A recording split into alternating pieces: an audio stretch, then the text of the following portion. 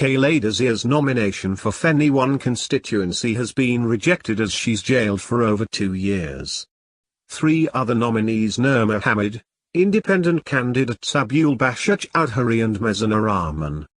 BNP has submitted nomination papers for Khaleda Zia for Feni 1, Bogra 6 and Bogra 7 constituencies. The returning officers are scrutinizing 3,065 nominations, including 3 Khaledas today.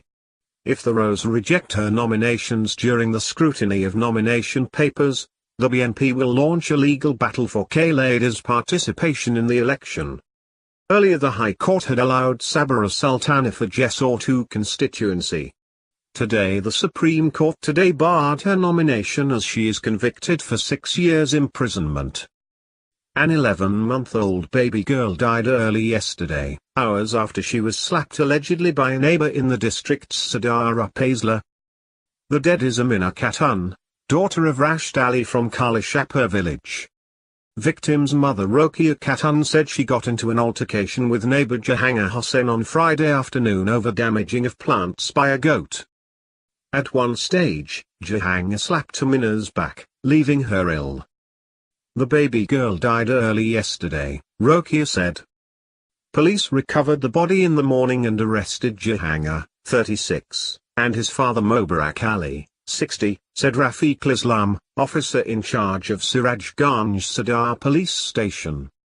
2 people died as a train ran them over in Kilket area of Dhaka today while they were walking on the rail tracks to avoid road blockade during factional clash of Tabligh Jamaat men. The deceased were identified as Ishaq Mia, 25, and Atiq Hosen Chowdhury, 43, Rizaul Islam, sub-inspector of Dhaka Railway Police Station, told the Daily Star. The Netrakona-bound train Moanganj Express ran them over around 2:50 p.m., he said. Both of the victims used work as marketing officials for separate companies and were heading towards Uttara for work purposes. Earlier one was killed and 200 were wounded in the Tabligh factions clash. At least 6 students and a journalist were injured when Katra League activists attacked a group of students protesting the screening of commercial film Gohanatraj Shahi University yesterday.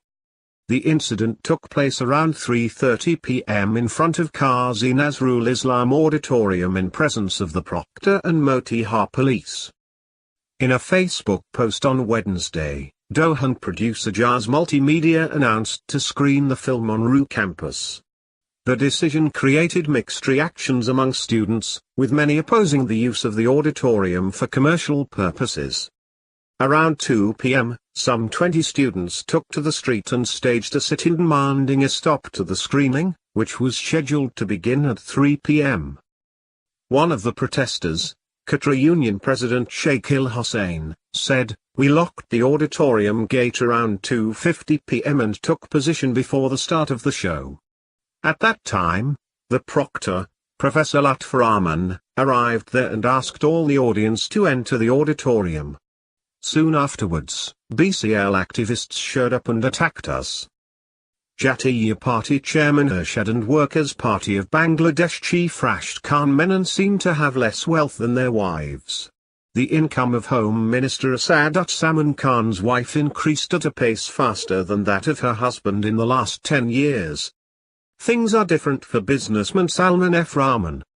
He claims a monthly income of only Taka 50,000 from his businesses. He did not mention ownership of any electronic items or furniture but said he had more gold than his wife had. These facts came from the affidavits they submitted along with the nomination papers to the offices of returning officers for the December 30 general election. Nomination papers of at least 12 political activists including BNP leader Imamul Rahman have been cancelled as the Election Commission fixed today, December 2, for scrutiny of the documents. The returning officer for Dhaka 2 constituency cancelled Aman's nomination papers as the BNP leader was convicted in a corruption case. Meanwhile, the returning officer for Rajshahi 1 cancelled nomination papers of 8 candidates including former BNP Minister Barrister Aminul Haq. Returning officer rejected nomination paper of Ghulam Maula Roni, BNP aspirant for Patuakhali 3, Gala Shaiba, Dashmana, as he did not put his signature on his affidavit. Roni recently joined BNP and submitted nomination for Patuakhali 3. He was an elected lawmaker from this constituency with a Awami League ticket in 2008. The nomination papers of Riza Kibriya, who filed nomination under Gano Forum for Habiganj 1, has been rejected on loan default charges, while the returning officer rejected the nomination of independent aspirant Kia Chowdhury as her signature was missing in the affidavit. China and the United States have agreed to halt additional tariffs as both nations engage in new trade negotiations with the goal of reaching an agreement within 90 days, the White House said on Saturday after President Donald Trump and Chinese President Xi Jinping held high-stakes talks in Argentina. Nick Jonas and Priyanka Chopra posted photos of their wedding celebration Saturday amid reports that the couple had wed after a 4-month courtship. While the couple didn't say they were officially married, Indian weddings are typically days-long affairs, they both posted festive pictures of themselves on social media and talked about the work they had put into planning the wedding.